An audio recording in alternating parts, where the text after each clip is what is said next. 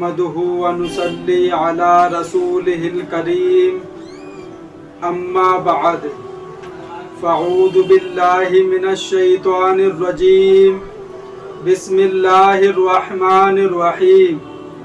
اللہ تعالیٰ سے دعا ہے اللہ تعالیٰ صحیح طریقے سے بات کہنے کی، سننے کی، سمجھنے کی، پھر اس پہ ہم سب کو عمل کی توفیق عطا فرمائے۔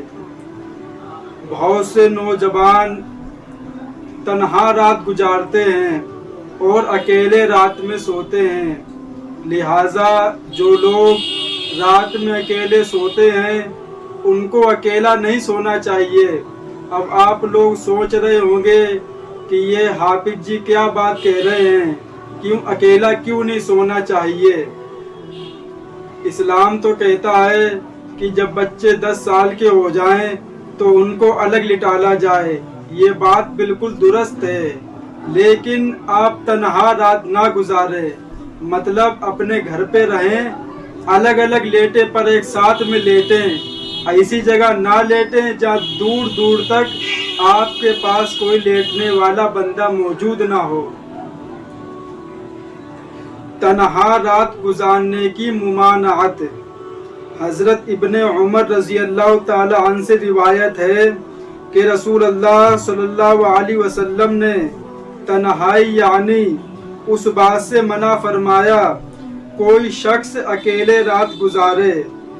تنہا رات گزارنے کی ممانعت اس لیے کہ بسا اوقات رات میں طبیعت کی اچانک خرابی، بیماری، چوری کا خوف، ڈر اور وحشت وغیرہ جیسی کئی وجوہات کی بنا پر انسان کو ساتھی کی ضرورت پڑ سکتی ہے۔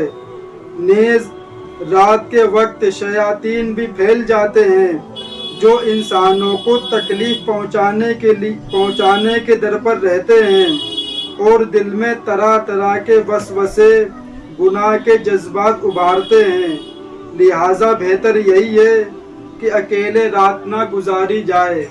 جب ہم لوگ اکیلے سوتے ہیں تو شیطان ہم کو گندے گندے خیالات، بری بری باتیں ہمارے ذہن میں پیدا کرتا ہے اور وہ یہ دکھانا چاہتا ہے کہ ہم کو یہاں پر کوئی بھی نہیں دیکھ رہا ہے، ہم بالکل تنہا ہیں، ہم کو کوئی نہیں دیکھ رہا ہے، ہم کو موبائل میں گندی فلمیں دیکھنی چاہیے، لڑکیوں سے بات کرنی چاہیے۔ ہمارے جب تنہائی میں شیطان کو موقع ملتا ہے انسان کو بھڑکانے کے لیے، وہ تو ہر وقت انسان کے پیچھے پڑا ہوا ہے کہ جب ہم کو موقع ملے تو ہم شیطان کو بھڑکائیں اور اس سے غلط کام کروائیں۔ اور تنہائی کا گناہ تو بہت خطرناک ہے، اس لیے کہ انسان سب کے سامنے تو نیک بن کے رہتا ہے لیکن اس کا امتحان تو تنہائی میں لیا جاتا ہے۔ دیکھے تنہائی میں وہ کیا کرتا ہے، اللہ سے ڈرتا ہے یا گندے اعمال کرتا ہے۔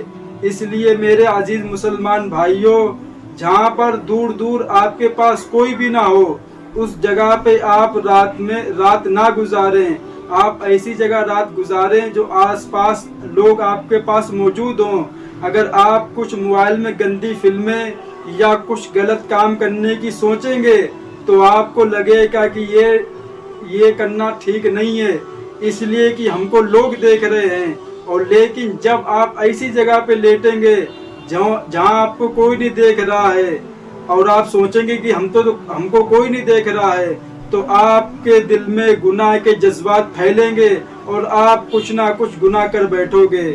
کوئی نہ دیکھ رہا ہو لیکن اللہ تعالیٰ آپ کو دیکھ رہا ہے، اس لیے کہیں بھی لیٹے رات میں تو اپنے پاس کسی کو لٹا لیں یا اپنے آس پاس کوئی لیٹا، بھلے آپ کا بستر الگ ہو لیکن آپ کے پاس میں دوسرا بستر لگا ہوا ہے۔ اس لیے اسلام یہ بھی منع کرتا ہے کہ جب انسان کی 10 سال کی عمر ہو جائے تو اس کو آپس میں نہیں لیٹنا چاہیے، ان کے بستر الگ کر دیے جائیں۔ آپ اپنا بستر الگ لے کے رکھو، آپ کے پاس دوسرا بستر لگا ہوا، اس طرح سے لیٹنا چاہیے، یہ نہیں کہ ایک ہی بستر میں لیٹنا چاہیے۔ تنہا لیٹیں گے اس میں چوری کا بھی خوف رہتا ہے، کبھی کبھی انسان کی طبیعت خراب ہو جاتی ہے اور اس کو پانی کی کسی چیز کی ضرورت پیش آتی ہے تو وہ تنہائی کے مارے اس چیز کو نہیں کر پاتا. بہت دفعہ ایسے ہوتا ہے کہ انسان کا انتقال بھی ہو جاتا اس چکر میں.